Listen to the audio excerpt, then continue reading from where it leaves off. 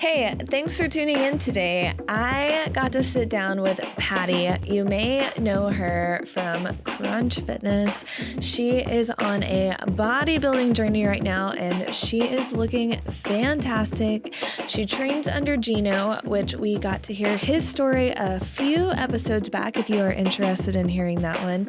But she is a single mom who is rocking it, and she grew up in a house full with 9 other children, and so we talk about how that impacted her life and where she is off to now. So make sure you listen to that entire episode, that way you can get all the lovely bodybuilding facts and tricks and fun.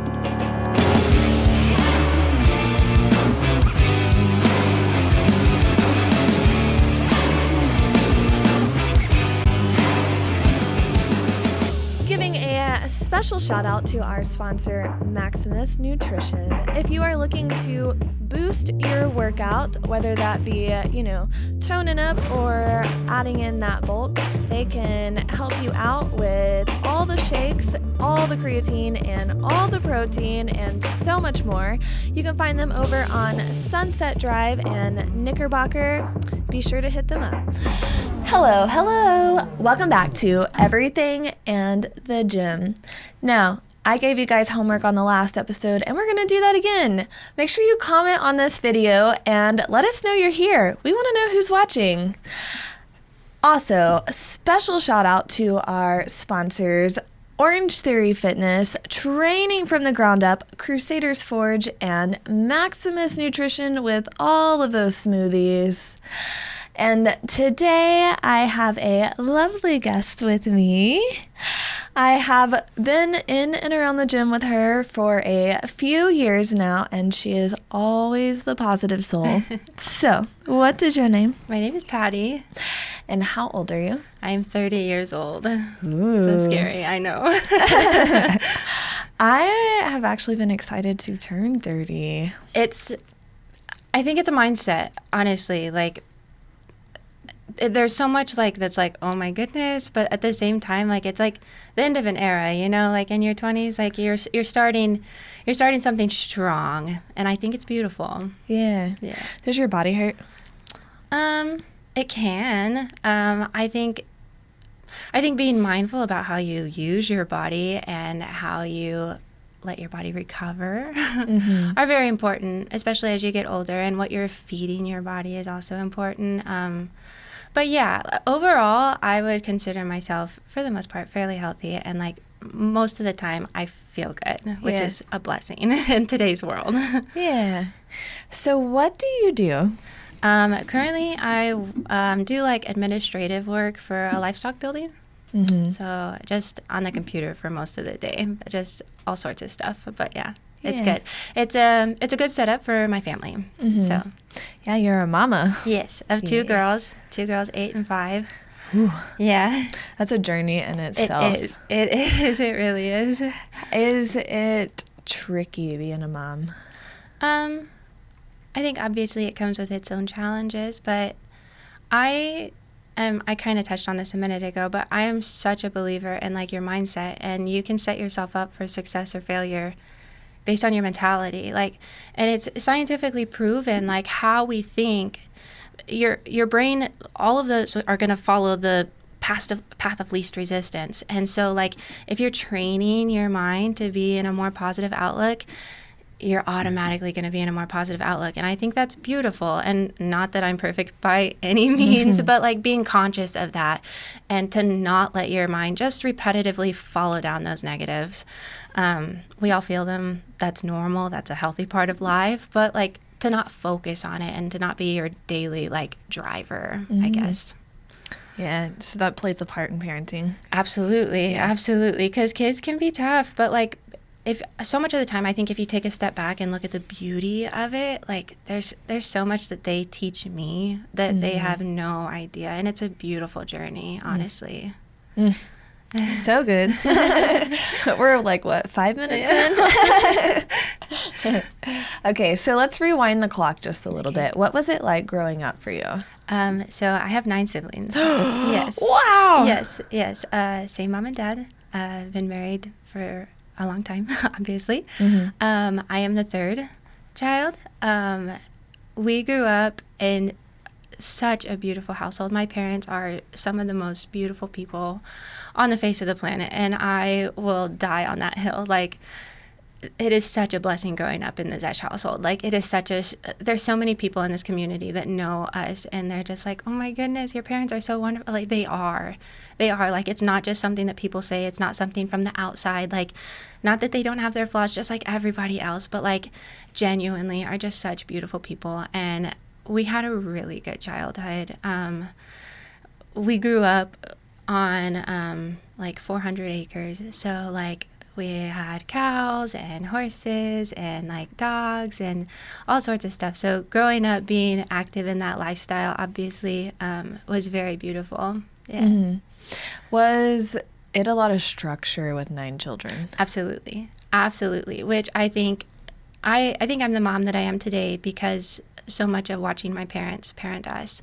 And there has to be structure. Like, it would be insane if there wasn't structure with that many kids. And so from a very early age, which is something that probably in the moment I was not grateful for, but today I can say, like, I'm so grateful for. Like, we had very structured chores growing up, and as we got older, that came with more and more. And so like, we would have a certain day of the week as we got older that we were the person that cooked and cleaned the kitchen that day. Like, we cooked the meals for 10 people. Like, that's a lot. Mm-hmm. That's a lot. Whereas still to this day, I really struggle to cook for me and my 2 girls. It's a struggle because growing up, it was normal to cook for 12 people every single meal. And it was breakfast, lunch, and dinner. And you had your certain day of the week. And like, not that my mom wasn't hands-on with that as well, but like, it just helped lighten the load. And then as far as like weekly chores, as far as cleaning and laundry, like, we all had our areas, and we would rotate. Like, we would frequently, my mom would make lists and have like a list of like what you were doing that day, of like whether you were helping in the kitchen, whether you're helping with laundry, whether you were milking the cow, like whatever that looked like. And so, yes, so much structure growing up, which I think set us up for success as adults, honestly. Mm-hmm. Were you homeschooled or? Yes. Yeah. Yes. So what was life like to homeschool? I mean, I don't really have anything to compare it to. So it was normal, very normal for me. Mm-hmm. But as it was different, like in different stages of life, obviously, when we were younger, like, you know, after breakfast, we would get started on our day. And it was my mom had to be very hands-on, obviously, like when you're younger. And then as we started getting older and we're doing more stuff on our own, like, we had our own curriculum, and we would do, like, we just had a certain amount of work that we had to get done in the day. And so, like, one of the things that I really enjoyed doing growing up was riding my horse. And so frequently, especially when it started getting hot, I would either do my school late at night, or I would get up really early and get it knocked out and have it on the counter for my mom to like go over it with me later. And I'd go ride my horse or like do whatever activities, whether as you're getting older and you're going to hang out with friends and things like that. There's a lot of freedom that comes with that, which was honestly really cool. And they really helped set us up to structure our day and plan around things, because they basically told us, like, this is what you have to get done in the day. It's your responsibility to get it done, whatever time of the day that looks like, but it has to be done today, mm-hmm. you know? And so it's honestly, it was such a beautiful experience. Do you think you'll homeschool your children? I would love to. As a single mom, that's tricky, but mm-hmm. I am so very, very, very fortunate. I live about a half a mile away from my parents' house, mm-hmm. and my mom, at least for now, mm-hmm. has volunteered to homeschool my girls. So as of now, my kids are homeschooled, and I'm very, very fortunate for that. I really am. Now, futuristically, what does that look like? I don't know. Yeah. But right now, they have the best teacher. She's done her time. She knows what she's doing. Yeah. Were you guys active? Were you, like, with 9 children, were you guys playing sports or anything like that? Some. When there were less of us, I think there was a little bit more of that. My older sister and I were competitive gymnasts for a while. That takes a lot of time. It does. And a lot of money. And we live 30 minutes outside of town. And so it's not like you can just quickly run home real quick. You know, like, so much of that, you have to plan it. Because running home real quick is an hour. at best, you know what I mean? And so as we got older and as there were more kids, like my parents, and again, this is how wonderful my parents structured this. And again, in the moment, I didn't appreciate it. I can tell you that right now. I was very hurt by this in the moment. But they sat us down and they said, we love that you love this sport. We do. We can't continue the way that we're continuing and still take care of everybody's needs. So if you want to continue, you can do tumbling. You can do something where it's like once a week, twice a week maybe. But this 5-6 days a week for 2 to 3 hours a day, like, does not fit for our schedule with 10 kids, which is valid. And even budget, like, that's expensive. And not to mention traveling to meets and stuff like that. Like, when you're traveling with 10 people, like, one hotel room does not cut it, let me tell you. So, like, it's a lot. It's a lot. And especially as an adult, I can so appreciate that. And again, they were very upfront with us, which I think is beautiful. So many parents would just be like, no, like, because I said so. And like, there's no context to it. They gave us context. I didn't like the context, but they did give the context, which is, again, you're able to kind of process it and digest it. And especially as you get older and understand how the world works, it all makes sense. But after that, we still were active. My dad had us running with him and bike riding with him from an early age. Which again, there's so many of these things that, like, in the moment, there were so many days that he would wake us up to go run with him, and I'm like, why is he like this? Why do we have to do this? And now, like, I'm so genuinely grateful for it.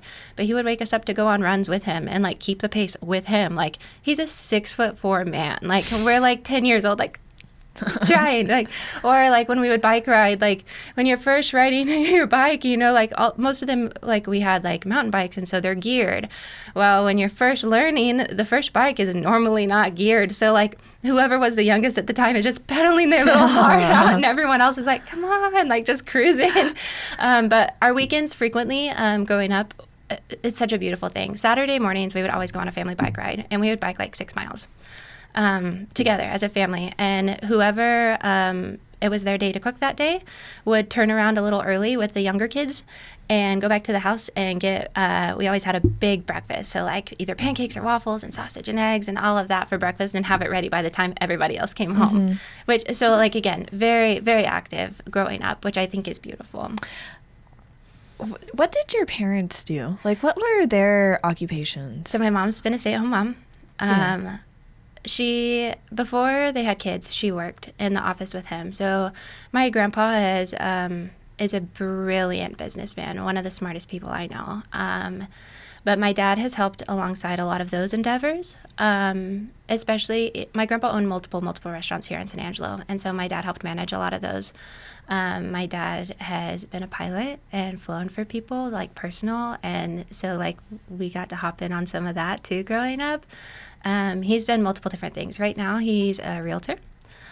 So if you need to sell your house or need to buy a house, it's Roy Zesch, and it's roy.realtor. But yeah, it just kind of depends on the season of life. He loved flying, but he had 10 kids and a wife, and depending on where the economy was at, normally the oil field, kind of depended on how much traction he got with that, and so he would kind of have to detour occasionally. Yeah. Are there still kids living at home right now? Yes. So two kids are still living at home. One is about to graduate in May, and then the other one is 15. And then I don't know what my parents are going to do in that big house when they're empty nesters. Just more grandchildren. Honestly, they have 5 currently, so that can be a full-time gig in of itself. Yeah. So, yeah. That's awesome. So you graduate high school. What happens after that? So for me personally, I was very, very, very interested in the vet field. So I started working at a vet clinic actually a little bit before I graduated. You have to be 18 just because of some of the stuff that they handle. So I started pretty much as soon as I turned 18. And once I graduated high school, I had been working at Lewicki Steakhouse outside of town. And so fresh out of high school, I was working full-time at the vet clinic and full-time at the steakhouse too. Yeah. So I set myself up for a kid decently well right off the bat. And then kind of fell on some harder times there. I was actually diagnosed with Lyme disease, and so I went to Florida for treatment for that, and was there for months. And after that, when I came home, I don't remember fully the timeline. There's some of that is gone, honestly, which is normal. But then shortly after that, I got married, and I was married for 6 years. And that was a roller coaster ride of its own. It was a hard season, but a lot of growth came out of it, and I have 2 beautiful girls that I adore. So it's part of the process, I guess. But yeah. All right. So how did you get into fitness now? When did that come into play? Okay, so let's see. That was after my divorce. When I left my husband, I was about 6 months pregnant. And so there was a lot of big emotions happening. And I really didn't have an outlet. And I hadn't been super active because we had been living in Midland and lived in a camper and very sedentary at that point in my life. So like not that I couldn't do some things, and I did do some, but like it would have been genuinely unhealthy to just like hit the ground running. Like you see like pregnant women lifting, and there's nothing wrong with that, but you can't just start doing that like halfway through. Like you have to build up to that to be able to take care of your body and take care of your baby, and like you have to respect your body at the end of the day. Like even if you weren't pregnant, you can't just jump right in and whatever, throw weight around like that. So after my daughter was born, I was in a really rough place mentally, to be honest. And I turned into a little cardio bunny. I was doing HIIT workouts, and I was running, and I was doing all of the things, and I was fueling myself. I really was. I was eating like a grown man, but I was breastfeeding a baby. I was working 2 jobs, and I was not stopping ever. I got down to 125 pounds, which I am almost 6 feet tall, so I should never, ever weigh 125 pounds. Like even on stage, I don't weigh that little. Like I was so tiny. But I was happy with it because I was like, I'm so tiny. And I was proud of it, which there was part of it that I should have been proud of. Like there was a lot of work, but it wasn't in a healthy manner. And I see that now. Do sometimes I still wish that I was that tiny? Maybe. But I think that's because society has screwed us up a little bit. I do love my body today, though, and I'm very fortunate to be where I'm at. So that started that. And then I started lifting just a little bit at home during COVID. Well, I guess really after COVID, a lot of people started selling all of their weights and stuff. And so I was very fortunate to get a squat rack and a barbell and a pretty nice setup for my home for a pretty decent price. And so I was lifting at my house, and then I had a really good friend of mine reach out to me, and she was like, you should come to the gym with me. And I was like, I don't even know what to do in the gym. Like I don't know what I'm doing. She said, well, come with me. I have a trainer and I can put you in the right direction, and he may even let you jump in. And I was like, okay, like whatever, you talked me into it. So I started going with my friend. Her trainer is Gino. And he was like, oh my God, come join us. And I was like, I can't afford you. I'm telling you that right now. Like I can't. I'm a single mom. I'm balling on a budget. I can't even, like, I'm not even paying for a gym membership. Like I came as Emily's guest. Like I cannot do that. And he was like, no, just come hop in with us. It's okay. So I started doing that. Absolutely fell in love with it. And even after Emily and Gino like parted ways, like she and I would still be going to the gym together frequently. And even after she's quit going, like it was just like my new happy place. Like, and I found so much happiness there and so much joy, and like genuinely regulated so many different things in my body that I have this obsession now, and I adore it. It is so good for me, for not just my body, but my brain. Like it is so good for my brain to lift heavy things and have fun with it and test my limits and figure out that like I can do hard things. How long ago was it when you walked into the gym? Let's see. Time flies when you're having fun. You know what I'm saying? Probably like between 2 to 3 years ago is my best guess. But I don't really have like a hard and fast number for you. Yeah. Okay, you bodybuild now. I do. Why? Well, I was talked into that, and by talked into that, there really wasn't a ton of pushing involved. So originally when Emily and Gino and I had all worked out together, he would bring it up, and he's like, y'all should do a show. Y'all should do a show. And like, ha, like, you're so silly. But it was something that just kept stirring in the back of my mind, and it kept stirring. And so after I was kind of in the gym on my own again, I ran into Gino in the gym, actually. It was right before one of his big procedures for his back, because poor guy.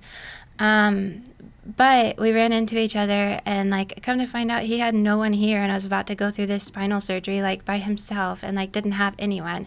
So I was like, well, like, keep me updated. Like, if you need a ride, if you need dinner, if you need like whatever, like, I can be like boots on the ground, essentially.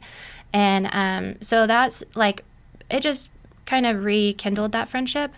And I kind of just hung out with him all the time, and it was the beginning of the most beautiful friendship ever. And he, after one of his back surgeries, like, we were hanging out, and he's like, what do you think about this? And I was like, I know that sport is expensive. Like, it's intriguing to me, and I think it would be a beautiful journey. I do. I don't think I can do that. Like, I can't hire a trainer. I can't hire someone to do my food. Like, I'm doing good to pay my bills and come home to my kids at night, you know? And he was like, well, what if I help you? And I was like, well, that's not fair to you. Like, you have a skill set, and you deserve to be paid for that skill set. And he's like, do you think I can ever repay you for what you've done? And I was like, I'm not good at receiving compliments or anything. And so he's like, you've done so much. And I'm like, no, it was literally what anyone else would do. And he said, do you see anyone else here? And so I was very excited about it, but I felt guilty for taking him up on it. So he was like, let's do like a mock prep, essentially, just so that you can see what it's like. And then we can go from there. And to be honest, before the mock prep, he had me hooked, and I was all in. And it just goes from there, honestly. And it was one of the most beautiful experiences of my entire life. I geeked out over it and loved every second of it. So what was the process like for your first show? Well, so originally, we were looking at doing a date in October. And so we were prepping for that. I, as most females in that season of my life, was not eating and maintenance calories, that you would say. I was not eating enough by any means. I had just barely begun starting to really focus on my protein intake, and I wasn't consistent. So like, even me watching my protein, I wasn't consistent. Monday through Friday, I was getting where I was doing pretty good. Weekends, like with kids, with sports, with all of the things, like half the time I wouldn't even eat like hardly anything, or if you do, it's like a grab and go, and it's like a protein bar, and like you get to the end of the day and you're exhausted and you realize all you've eaten today was a protein bar, and you're like, that's not good. But that's kind of where I was at. And so we tried to do a little bit of a refeed, and we did, and to try and get my macros up a little bit. But I was so low that prepping for a show, like, it was just hard that first go around. And then I had a neck injury, and so we ended up having to push my show back even further. And so it just kind of kept me on a low calories for a longer period of time. My calories got pretty low that first show, whereas like now I'm prepping for another one, and I'm 8 weeks out, and I'm kind of just cruising right now, and it's a way different compared to last go around, where I was like, I wasn't necessarily hungry all the time, but like I was tired, if that makes sense. I felt it more in that aspect than I did as far as like just being starving. Okay, what was it like to be on stage for the first time? Well, I am a little nervous Nelly, and I was super stressed out about that. I was terrified. Literally on the drive to San Antonio, Gino would be like, "How are you feeling?" And I'm like, "I can't even think about that right now. I can't. Like, we're not going to San Antonio for my show. We're going to San Antonio to get dinner Saturday night. Yeah. That's why we're going to San Antonio, and that's how I have to get through this right now because I'm not okay." But then we get there, we get checked in, I get my first coat of tan, I got some carbs in me, which was so nice and refreshing, and we went to sleep. And the next day, like, all anxiety was just out the window. And basically my mindset was, you've done the work. Like, at this point, you can't change anything. All you have to do is go out there and do your best. And that was the most relieving thing in the entire world, because if I would have had the nerves that I had Friday, my legs would have been shaking like a leaf up there on stage. I wouldn't have been able to pose at all. But Saturday, by the time we got there, I was just excited. And it was honestly it was the most incredible experience ever. It was such a beautiful time. Okay, I know after your show we talked briefly. Where did you place? So I was in, let's see, they have amateur, which means you've never done a show before. Novice, which means you have not taken first place in a show before.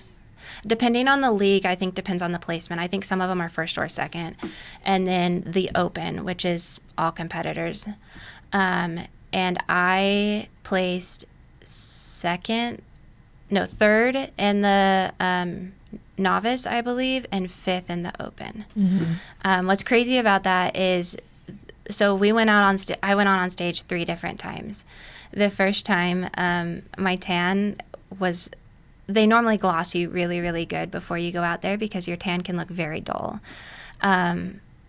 My tan and gloss were not done very well, and the first time I went on stage, I quite literally blended in with the backdrop. Like, you could see my suit, and that was about it. And so I think that's why in the amateur I did not place at all. And then I was able to place in the other 2 rounds because Gino, my superhero, ran to the back and was like looking for the tanners. And he's like, they need to gloss her. But he couldn't find them. And like, I'm about to go back out on stage. So he finds their stuff. He's like running over to me and like glossing me before I go out. And then I placed. And so like, it would have been not a bad experience by any means because I still had an incredible time, but like I probably wouldn't have placed if it wasn't for him. You told me something along the lines of the judges told you were in the right category. Yes. There was one particular judge, not to slander at all, but so bikini, there's multiple different categories, and bikini is the smallest.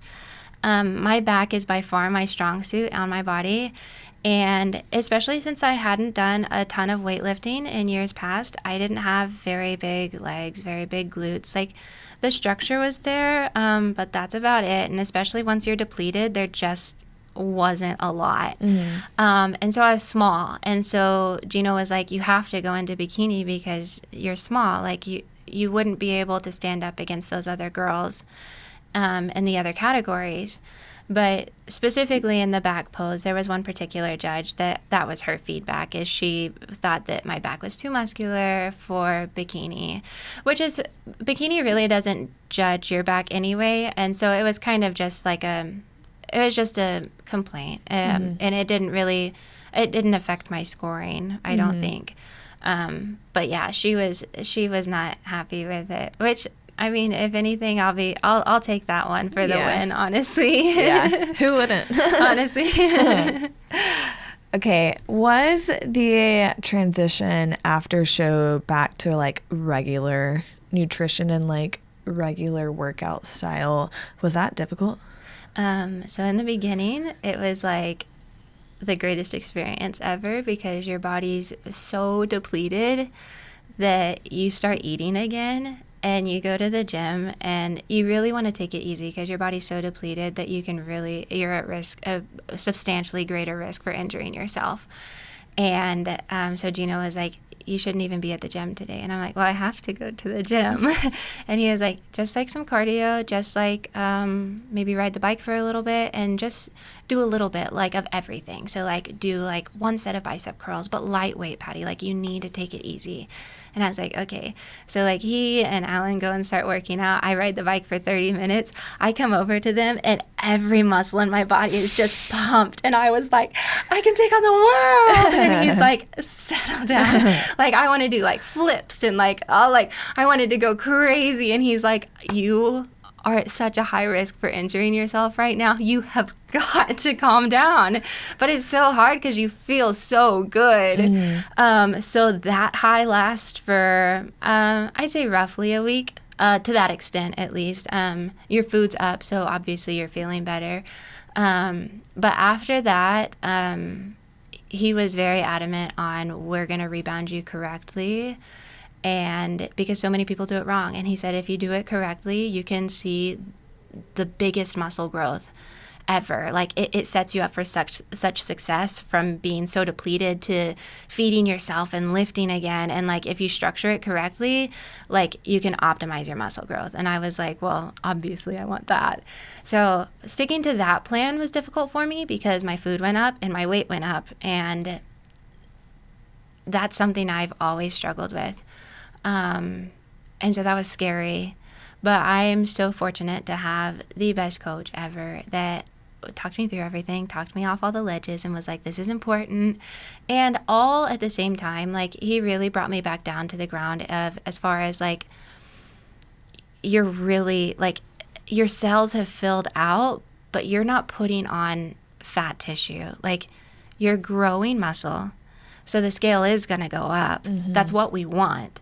And I'd be like, but I weigh this much. And he's like, that's okay. He said, Patty, I wouldn't care if you weighed 200. I said, 200 pounds? And he was like, it's all muscle. Like, you're not going to get to that. But if you did, like, we're doing this correctly. Like, you're still lean. Your waist is still small. Like, you're in good hands. And so, like, he had to talk me off a few ledges.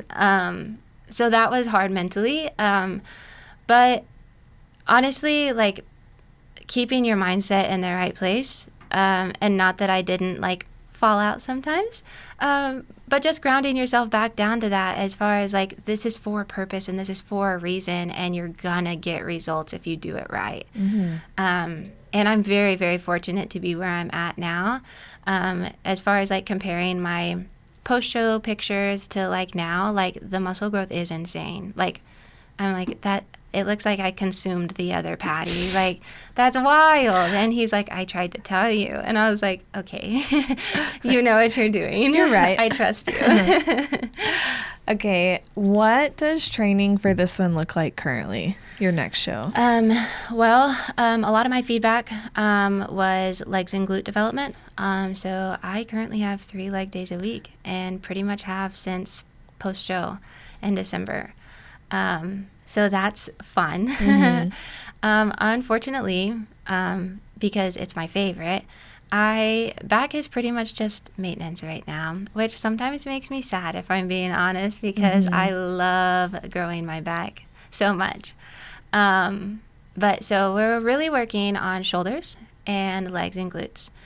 And so I have 3 leg days a week, and then I have a push day that is kind of more shoulders. And then I have a pull day.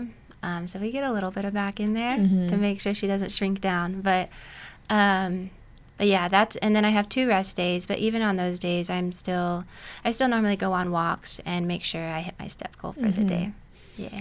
Okay, I have to ask you about the assault bike.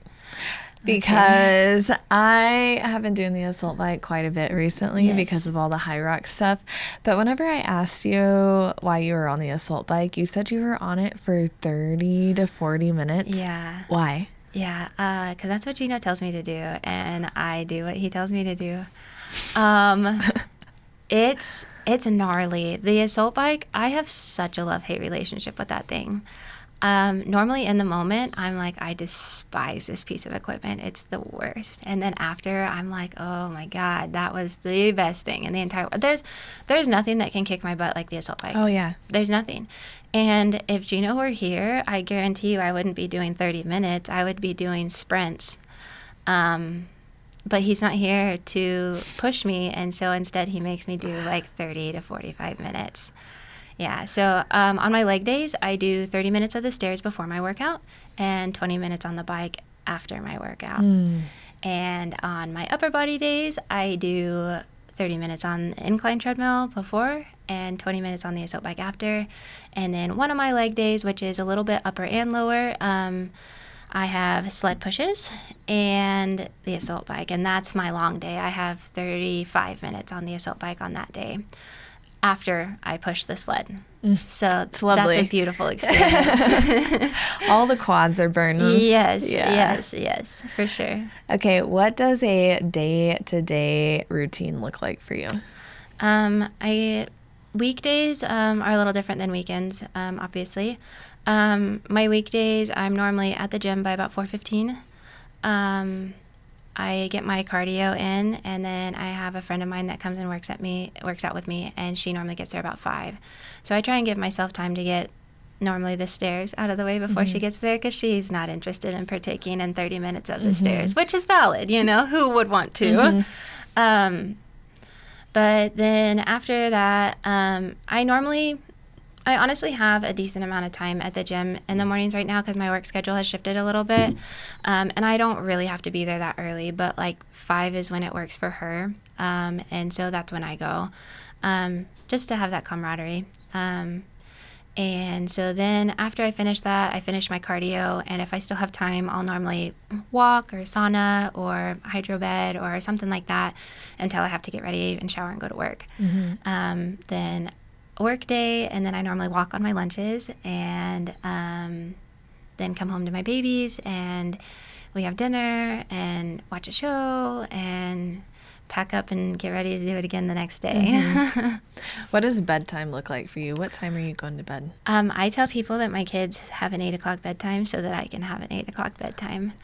And I will hold on to that as long as I can. Even if as they get older, like it needs to be like, okay, go to your rooms and like quiet down and settle down. But like, you don't have to go to sleep yet. But like when you get up at 3 o'clock in the morning, like rest is so good for our bodies. And most of us are not good at making sure that our bodies get that. And that's actually hurting your gains in the gym, which I, for one, don't want. I'm trying to optimize that as much as I can. So, yeah, 8 o'clock, and I put them to bed, and I'm normally not far behind them. In fact, there's been a couple of days this past week that I was just really tired, and, like, while they were finishing up their dinner, I was like, I'm going to go lay down for a little bit. Whenever your show's over, come get me, and I'll tuck you in.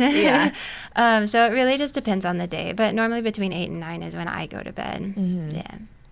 Okay, how many calories are you currently eating?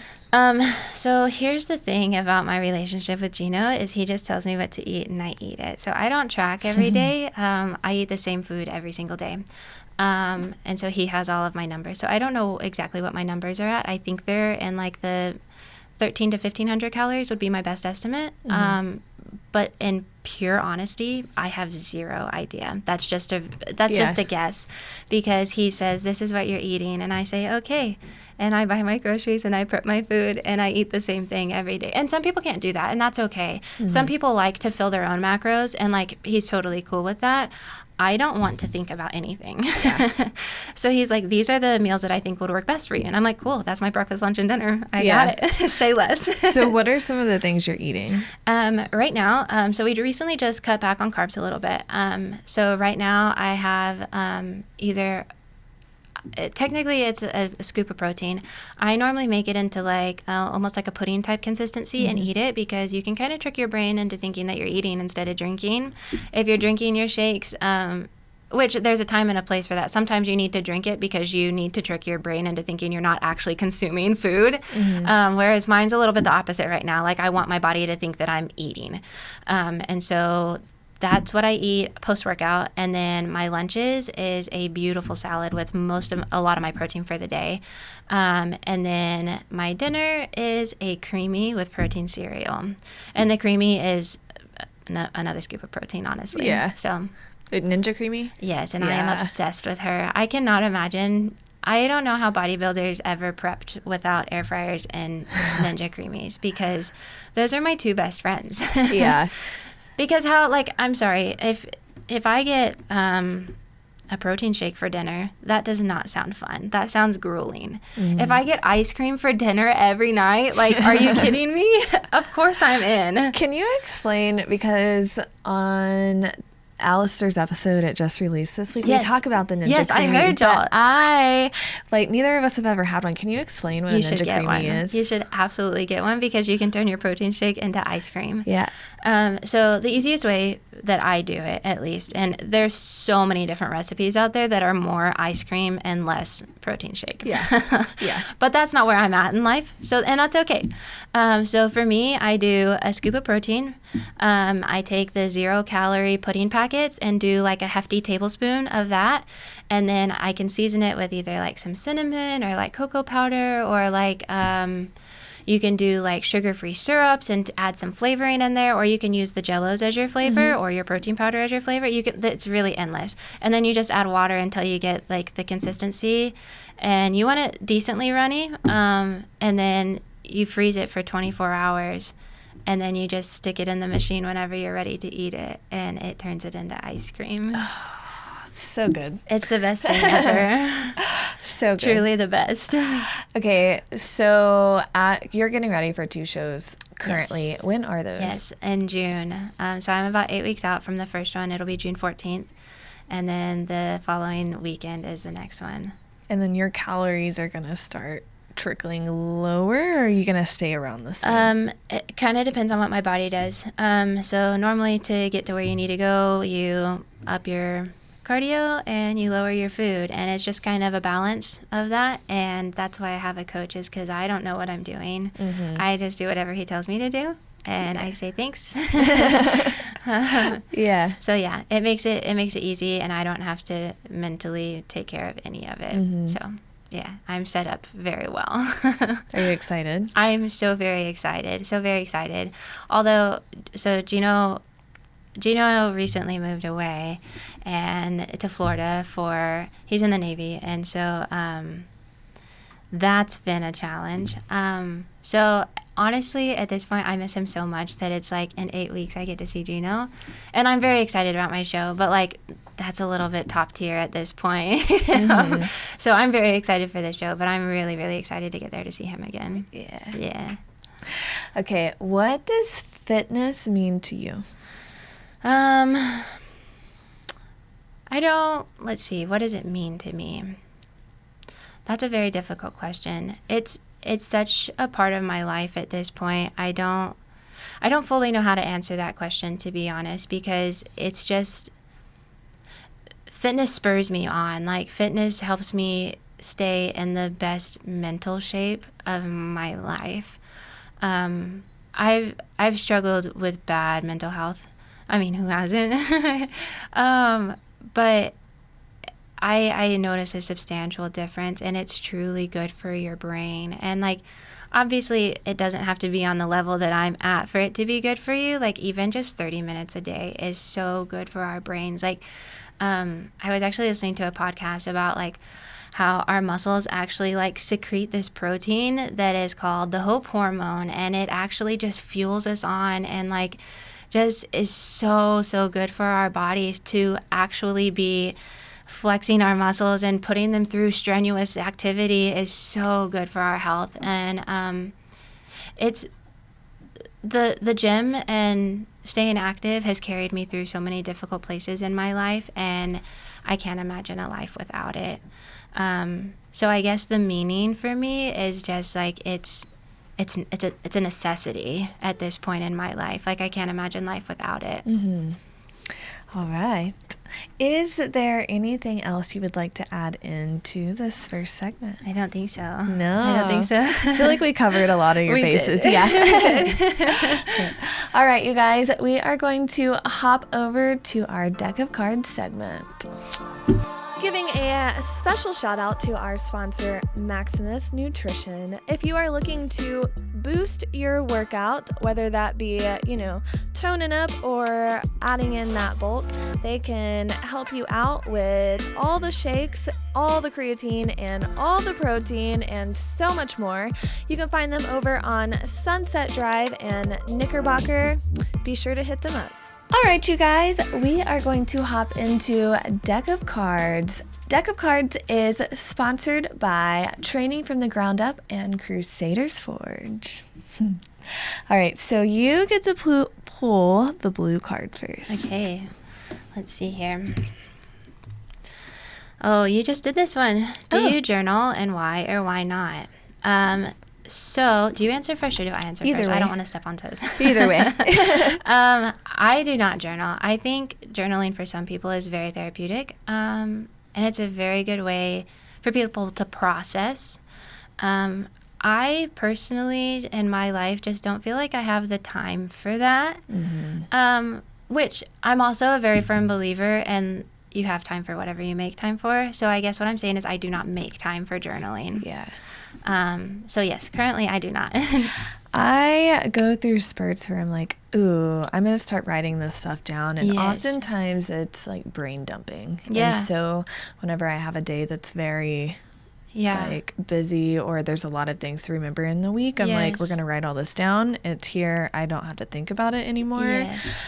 But as far as like journaling every single day, Yeah. that is something that I've told myself that I would like to pick Yeah. up, but I like you, I don't make Yeah. the time that I That's would fair. like to for it. That's but fair. And I think like your brain dumps are like they're so healthy for us to process because so many people like don't know how to handle like emotions and like stressors that they're feeling and they don't process them. So then they just hold on to them and it creates more and it's like a snowball effect. So like having an outlet is so healthy. And I guess like I at church like I take notes and stuff like that. So like that and I'll go back to them and like sometimes take notes off of those notes.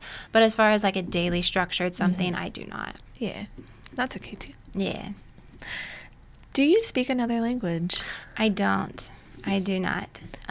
Growing up around here, I can catch words. That's about it. That's Yeah. about it. And it's very few words, if I'm being completely honest.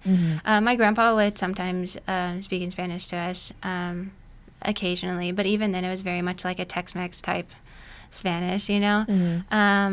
So yeah, and it's like a few phrases. But other than that, like, no, just English. Yeah. Would you ever learn a different language? I would love to. I think it's so intriguing. And okay, so to take that back just a little bit, actually with both of my kids when they were little, before they started talking, I did learn some ASL to teach them some things. But even then, it's very basic stuff. But I still know like basic stuff. And I think that that's so crucial and so beautiful. And it helps with like their brain development and like their hand-eye coordination and like so much stuff before they can talk, but it helps them to be able to communicate, and it was a huge win in our life when they were little, for sure. I don't speak any other language besides English, but I've always said sign language would be like one of my top ones to learn. Yeah. I don't know, the world may go crazy and we have to go silent or Yes. whatever. Yes. And say we're across from each other, I can be like, hey. Yes, yes. And even just like, I think it brings so much identity to people that are hearing impaired. Like the joy that they feel when someone that is hearing can sign to them. Like when I was waiting tables, like there were a few instances where like it was a simple like thank you. Like it wasn't like, it's not like I was signing. Like I said thank you. But like making it a point to do things like that, like just impacts people. And I think that that's such a beautiful thing.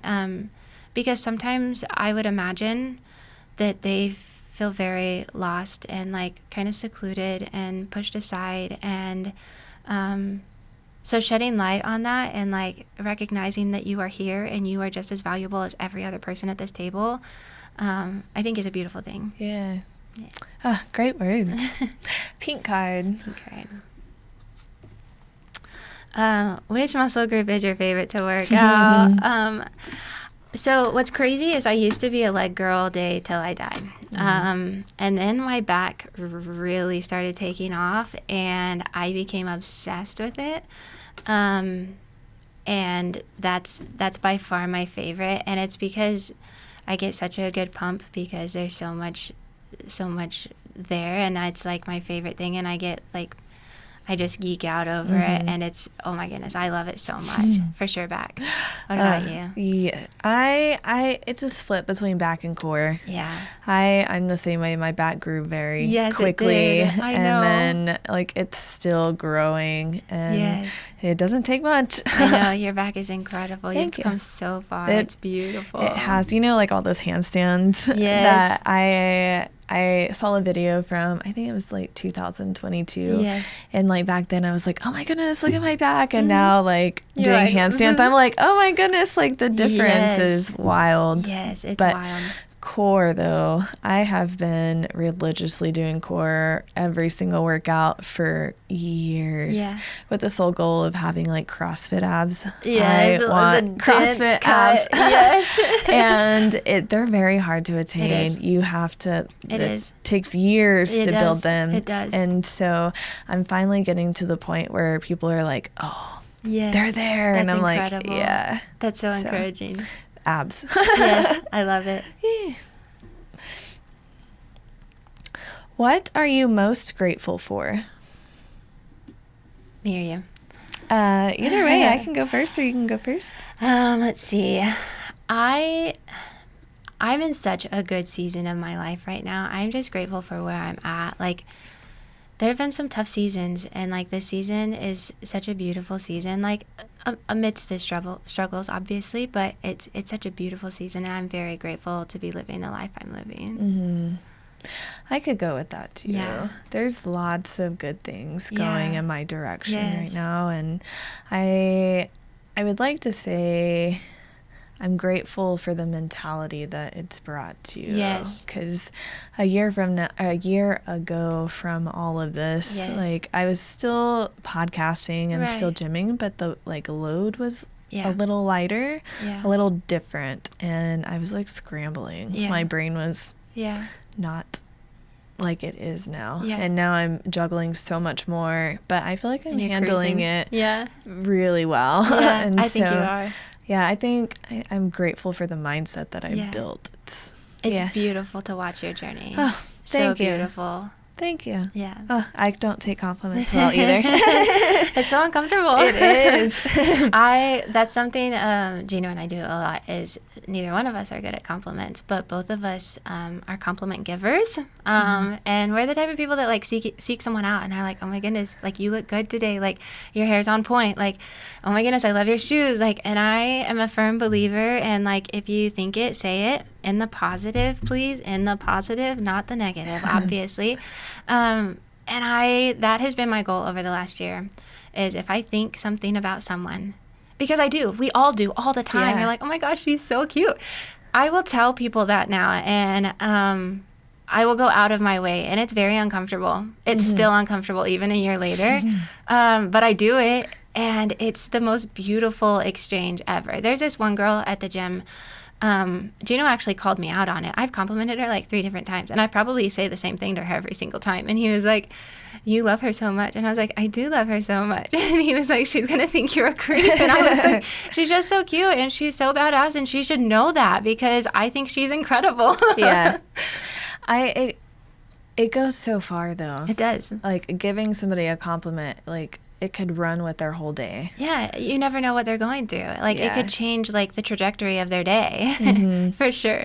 It's the same with like stickers. Yes. I've been doing it for 4 years now, and it's so uncomfortable in the beginning, and I'd be like so critical about like, oh, I'm gonna give this person this sticker, I hope it hits well, or like I hope it like resonates with them, but now I'm like, oh, this person needs a sticker, they're doing great. And it's so, like, you can just see, like, the light switch of... Yes, it's beautiful. Yeah. And I think, like, sometimes people just need to be seen.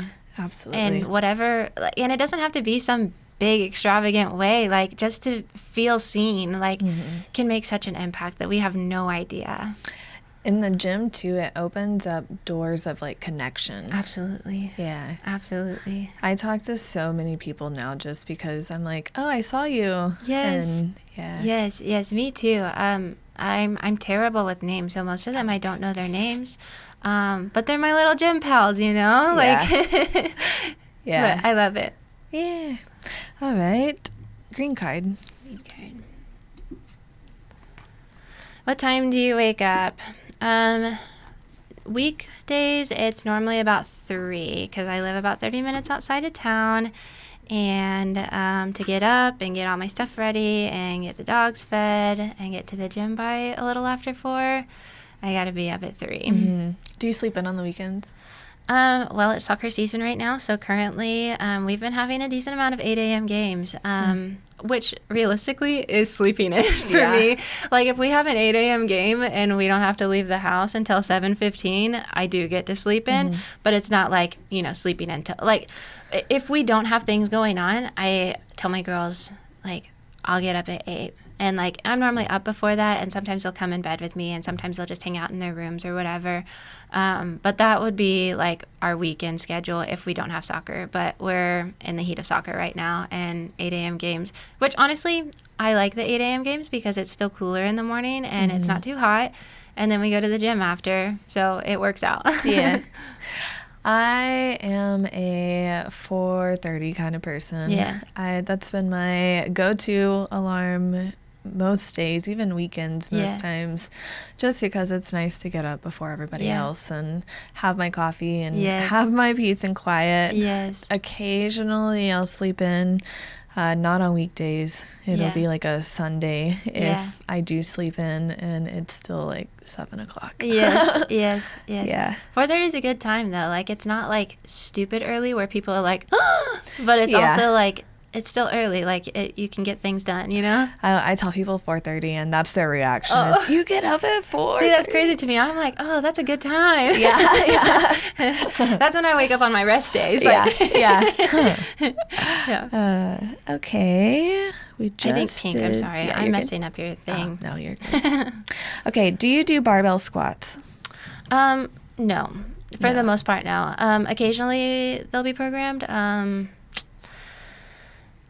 But for the most part, no, just because the risk factor is a decent amount higher than like leg press or other things that you can hit the same muscle group. And especially I'm not super familiar with it, so I'm not super comfortable with it, and I'm terrified of injury. So also, like, since I've had more structure in the gym, I've pretty much been prepping in an off season, and so like I've been following a program and they have not been programmed, but they kind of scare me if I'm being honest. I would much rather leg press and be like, oh, I'm so strong because I did this many plates, than put weight on my back. Yeah. I'm the same. I have not done barbell squats and I could not tell you when. Yeah. Just for the reason I don't like it on my back. Yeah. Even like good form, it's still scary to me. Oh, yeah. Yeah. It's crazy because I have multiple people on here and some are like, no, it's essential. You've got to be doing them. And then I've got some people that are like, no, it's fine. Yeah, that's fair. Yeah. That's fair. All right. Blue card. We have time for one more. How have you grown in the last 6 months? Let's see. The last 6 months. I would say my biggest growth in the last 6 months, but even more so like the last year or so, is just identity and comfortability and being able to be bold. I have been a very timid person most of my life, with a very drawn-in type personality, like very introverted. And then my marriage was very rocky. There was a lot of trauma that came from that. And so there was some lost identity there too. But in this last year, I've just been set up in the most beautiful experience, most beautiful relationship that I've been encouraged to grow and encouraged to be my true, authentic self. And it's been a beautiful, beautiful experience. And I would say that's probably the biggest growth in the last 6 months. Mm-hmm. Finding yourself. Yeah. I, in a way, the last 6 months for me too. This podcast is a whole lot more me than any of the other seasons that I have done. I mean, even the pink, like it screams me. Yeah. But the growth to be able to just come in here and be like, okay, I want to interview this person. And there's no like anxiousness coming into this anymore. It's just, this is me and this is who you guys are getting, and I'm okay with that. I love that. Unapologetically you. Yeah. I love that. Yeah. And even in the gym now too, like just being able to walk in and I'm here to do my workout and I'm here to support others. Yes. Yeah. I love it. Yeah. I love it. All right. Let's go green and pink and then we'll switch. Okay. What is the silliest face you can make? Oh, I don't know. Let's see. I'm trying to think of faces my kids make, honestly. And I'm like, what's the silliest thing? I don't know. Do you want to do a different one? Yes. Okay, let's do I would love a different one, actually. A genie grants you 3 wishes. What do you wish for? Ooh. Okay, that one's very hard, too, because my life is so beautiful right now. What do you need assistance with? Let's see. I'm just so fortunate. I really, really am. I'm so fortunate.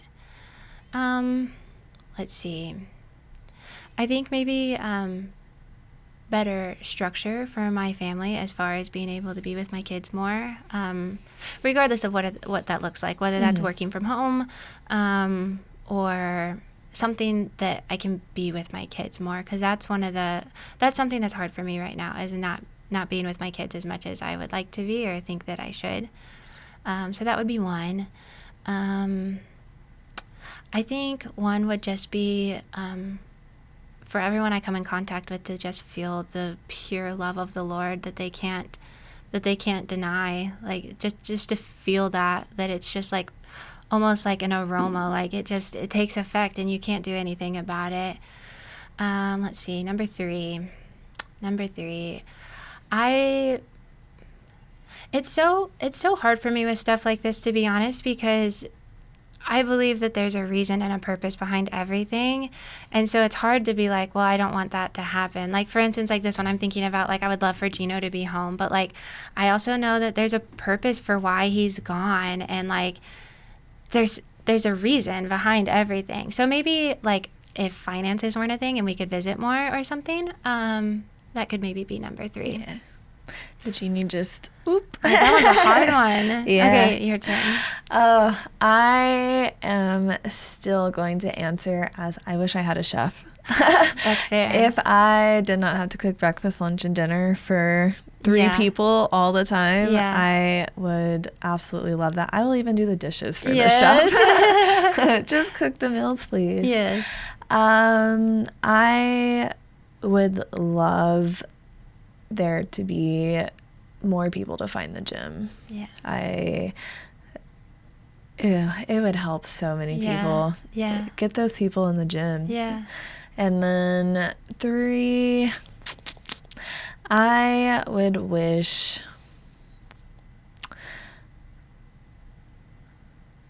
to be able to know the right kind of sticker to give a person. I think you do. I think you have to trust that, because you do. It's like an intuition. Like it's a guiding for sure. Yeah. Because the impact that I have heard stories about, like you for sure make an impact with that. So I think you do. I think you should just trust that. So scratch that one. Yeah, that one doesn't count. Okay, then let's go. I'm going to use an old one then. I want a rotating closet. Ooh, okay. Let me look sharp all the time. There you go. Yeah. I like that. Yeah. Okay. All right. Last one, pink card. You. Okay. We already talked about this. What does the gym or fitness mean to you? Do you want to tuck it? We can grab another. Okay. I feel like that's difficult. All of these are the same. You're like, I've already answered all of them. Do you actively work out your core? I have several days a week that I have structured core workout. But then on top of that, If you're lifting correctly, you're always working your core, technically. So that's my answer. Yeah. And you pretty much already. Oh, yeah. All the time. Your favorite? All the time. What's your favorite core exercise? Okay, so the red corner at Crunch. So for a very long time, there's that machine that you wrap the two banded. Yes. I don't know what you call that. And you crunch. I did those for so long. And what a lot of people don't know about that machine is if you look at the ground, there are not foot placements, but there's like notches in that bar. If you move your feet to different spots on that little positioning, it works a different part of your core. Yeah. And so if you take your legs like outer, you're going to get more obliques. And then there's even like a ramp on that machine. I love to put my feet on that ramp. So I'm slightly like your heels are elevated. Yeah. And then you like crunch down and it's like a full body plank. That's incredible. And I will stand behind that machine all day, every day. She is a beautiful machine, and I love her so much, honestly. But so many people, what's challenging is so many people will almost like thrust in it, and so like they're using so much hip, and I'm like, no, like you are crunching that core, and like being so intentional about like that mind to muscle will get you so much better. Yeah. With that machine too, like it's so funny. Somebody told me, like, I guess it was about 2 years ago, he said, "Do you want a strong core?" And I was like, yes. And he was like, "Let me show you something." And he showed me that machine. Yeah. But he told me, don't be surprised if you can't go heavy. Yeah. And for the longest time, I was at like the fourth notch. Yeah. So like the fourth one down. And I've worked myself up to like notch number 7. Yeah. And I have been stuck at 7 for months. Yeah. It's still doing its job. Yes. But getting past like the notches, it takes a slow burn. But that's the thing that so many people focus on, like the number. Like at some point, like it's not about the number. Like if you're increasing that mind to muscle connection and you are still like doing slow, controlled reps every single time, that has way greater benefits than just the number that you're throwing around. Coming from someone who knows that and hates that, because I love to be like, well, I lifted this much. But in reality, they were crappy reps, every single one of them, So, like, did you really? No. But, yes, I think quality way over quantity. And I say that as a girl that struggles with that, for sure. All right, you guys. That concludes Deck of Cards. We are going to hear a word from our sponsors. We'll be back soon. Are you looking to get stronger, faster, and feel unstoppable? Orange Theory Fitness is science-backed and coach-inspired, ready to get you fit. And guess what? Your first class is free. So hop on over to Orange Theory Fitness. They are located over by Nukes and Chick-fil-A. And we are back. I'm going to ask you 4 questions that I ask every single person. And my first one is, what is your current biggest struggle? So you sent me these questions, and I've been thinking about all of them a lot, to be honest. And it's so hard to come up with answers. I'm extremely indecisive person too, so that has a little bit of an effect.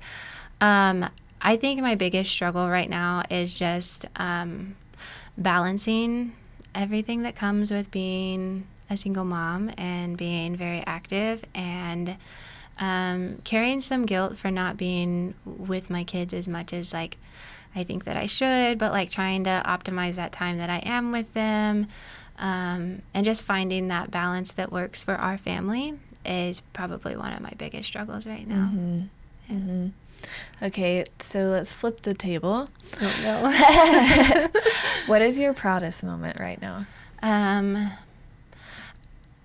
I think kind of like in two parts. I think stepping away from one of the toughest relationships of my entire life.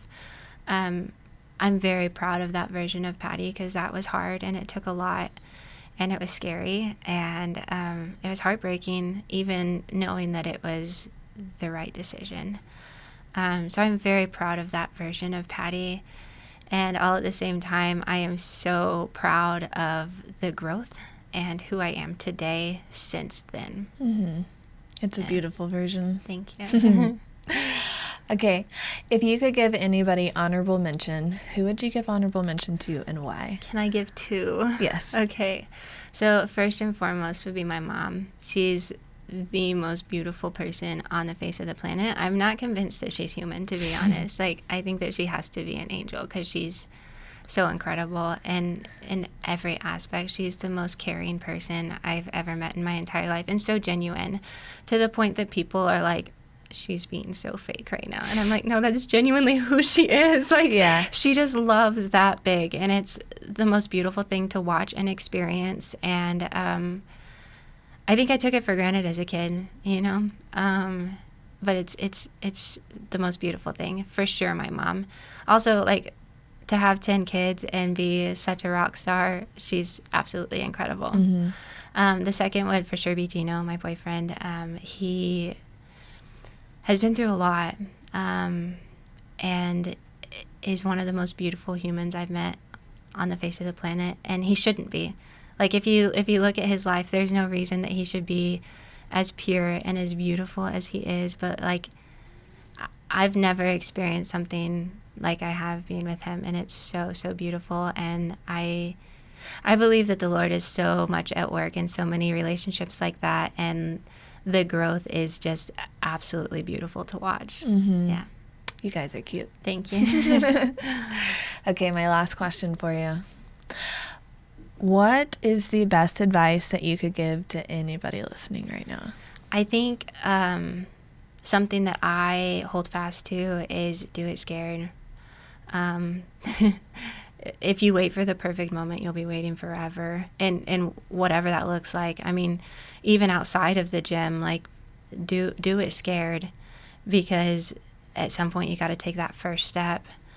That first step is just as hard, whether you're taking 1 step or 1,000 steps. You still have to start somewhere, and we all started somewhere. I think the gym community is beautiful and a lot more welcoming than people think that it is. It can be scary walking in those doors for the first time, but do it anyway and come find me, and mm-hmm. I will do what I can to be your little gym buddy. Yeah. Okay, is there anything else you would like to add in on your episode? I don't think so. I'm so thankful for you, Shelbi. I think that you are just beautiful inside and out, and I'm so appreciative of who you are as a person, who you are in the gym. Like, I think it's absolutely beautiful, and I think this whole production is just incredible, and you should be very proud of it. Thank you. You're welcome. Oh, I don't like taking compliments. They say thank you. Thank you. But no, likewise, I have appreciated getting to interact with you across, especially through High Rocks. You were there in the early mornings when and we were dying, and you're just like the cheerleader back there. I'll always be a cheerleader. Yeah. That's my favorite position to be. Yeah. Because it's so impactful. It's so impactful. People don't think about the impact that makes, but sometimes, like, someone is reaching that ledge and they don't know if they can take another step, and someone being like, you've got this, they're like, yes, I do. Yeah. And I think it's incredible, and I think camaraderie is very important, and it's such a beautiful thing, and it's so easy. Like, it's literally free to give out compliments and to cheer someone on. Like, mm-hmm. Why would you not? Great words.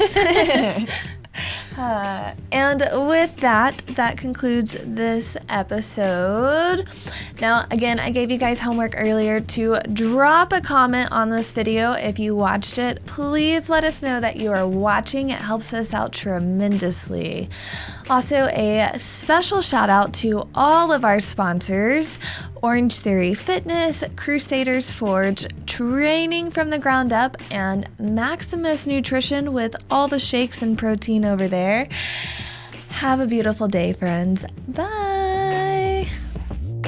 Hey, you guys, we wanted to give one last shout out to Maximus Nutrition for helping make this podcast possible. Go hit them up for one of their delicious shakes. My favorite is coconut cream pie. They can hook you up with all of your protein needs too. You can find them on Sunset Drive and Knickerbocker. Go crush the day, you guys.